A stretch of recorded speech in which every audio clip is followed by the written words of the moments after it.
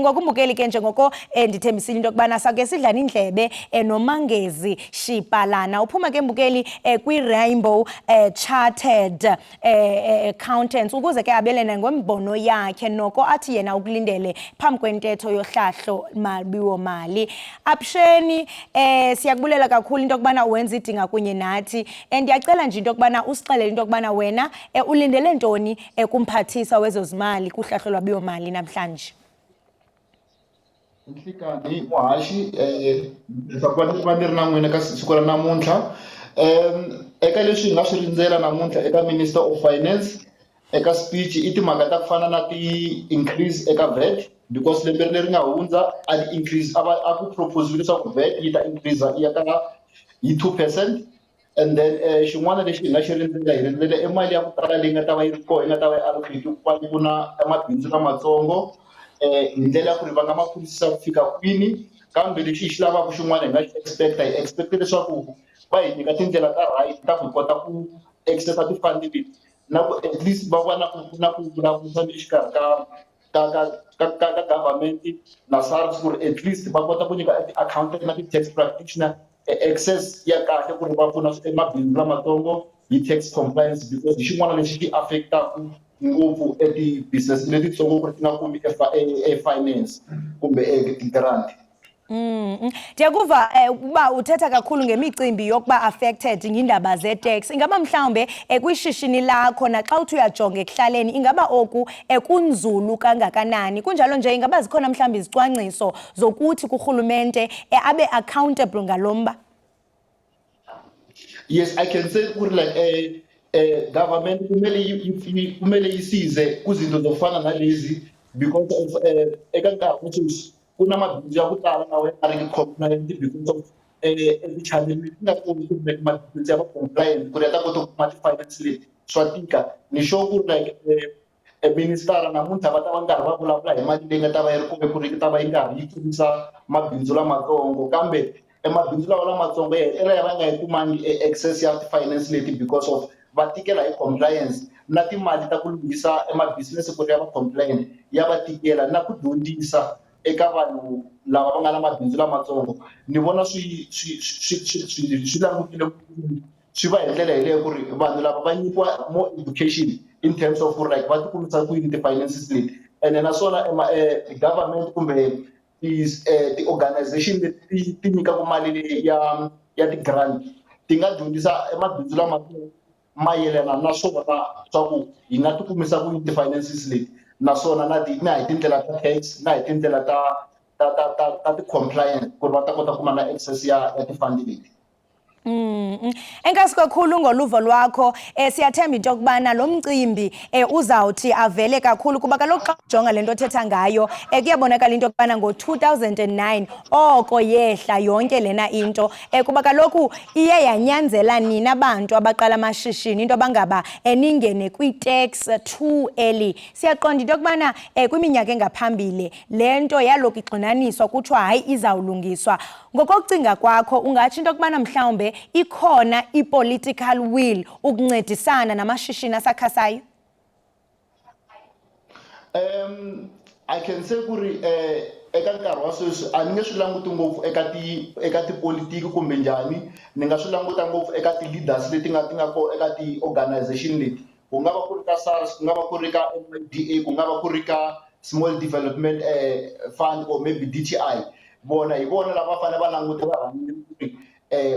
va kurisa ku yini ti-channel ta ku vanhu va mabusiness lamatsongo va kota ku endla yini va kota ku kuma access ya ti-fund naswona ku ri va pfuneka ku yini va kota ku va na access ya ti-fund hi ndlela ya ti-compliance ngopfungopfu. Ndiyafuneka ukujonga kwizinto ezifana no-infrastructure ne-crime equbayo eMzantsi Afrika. Kwiminyaka edlulileyo siyaqonda into yokubana sachatshazelwa kakhulu ngubhubhane we-COVID-19 kwaye kukhona amashishini angazange akwazi into yokubana aphumelele avele angcwatywa nala COVID-19. Abanye ke basazama into yokubana bazikhotha amanxeba. Kunjalo nje siphinde sibe nemicimbi yo-load shedding ngoku sigqitywa uchatshazelwa yindaba ye-water apho sibona abantu abaninzi abafumani manzi into echaphazela amashishini ungathi mhlawumbe kwelakhe icala zeziphi izinto ezingundoqo ongathi mhlawumbe ziye zaba ngumcelingeni okanye ii-challenges eqinisekiseni into yokubana ishishini lakho libheka phambili?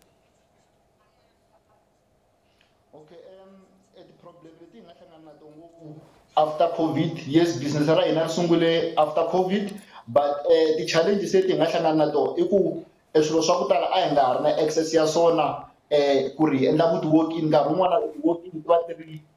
kahle ngopfu ku ri swilo swa ku tala swi kota ku hetiseka mara since swilo swa ku tala hi swi tirhisa online swa hi pfuna ka business, but since most of the channels now they are being used online, it becomes a challenge because of load shedding. Yeah, affecta hi ku u nga va u ri na interview or maybe an appointment with one of the departments, you are now unable to communicate with them. You can't even work because of our access to internet because of the load shedding. And then eka xin'wana xa timhaka ya mati swa hluphanyana hi ku na nkarhi wun'wana like you can't be able to work in the office because of you now need to leave the office park and go and work from home, and then when you get home there's no electricity, so it becomes a challenge for most of us as small business owners. And then from our side it becomes a very challenge when it comes to load shedding because of most of our services, they are digital. And mawuthetha nge-digital and not having access to i-internet, ndiyacinga kakhulu into abangaba ingakumbi kumuntu ongusomashishini osekwindawo yasezilalini apho ufumanisa into yobana noba ngaba mhlawumbi ke ukhona umbane kodwa siphinde sibe nengxaki ye-network. Kunjalo nje siyaqonda into yokubana bekukhona izicwangciso nezinto ezimenyelwayo into yobangaba makuhliswe ixabiso ledatha apha eMzantsi Afrika. Ingaba mhlawumbe zezinye izinto ongathi unethemba lokuba umphathiswa angazithi thaca kuba xa sijonga idatha iyabiza kunjalo nje kufuneke ke ngoku loo nto uyenzulu epokothwini ngomba wedatha? Ninga ku lexi nga minister a nga ta swi humelerisa kumbe a ya pfuna mabindzu lamatsongo i mhaka ya ku fana na ku etindhawini ta ku fana na le emakaya na le ti-township ku fakiwa ti-infrastructure leti nga ta endla ku ti-booster ti-network, maybe ku va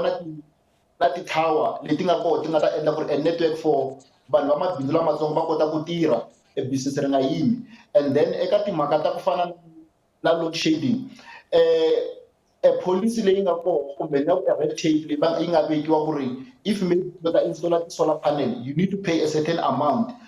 in order for you ku ri u kota ku va na a solar panel, then u humesiwile, it can be COJ or any municipality. But sweleswo swa tikisela ngopfu eka vanhu va mabindzu because vanhu va mabindzu nkarhi wun'wana u kuma ku ri wa sungula kumbe i allocate eka an office park, so swi tikisela ngopfu emabindzu because like load shedding yo yi endla ku ri swilo swa ku tala swi nga fambi kahle loko ku nga ri na gezi network a yi kona. So hi swin'wana swa swilo leswi ni nga swi langutela ku ri at least minister a nga swi veka ku ri like i yini swilo leswi a nga swi veka there ku ri a ta kota ku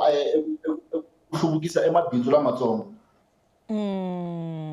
Masibambe ngazibini ngokuba uzityandigila ukwazi ukwebelana nathi ngamava wakho njengosomashishini. Siyathemba into yokubana zonke izinto ozithethaca kule desika yalapha e-SABC Lihaye umphathiswa uEnoch Godongana uzawuthi azi-adrese kuba kubuhlungu kakhulu into yokubana uthi uyazama kodwa ngapha ufumanisa into yokubana ikhona intsokolo ngenxa into yokubana amasango avaliwe nguye urhulumente. Enkosi kakhulu.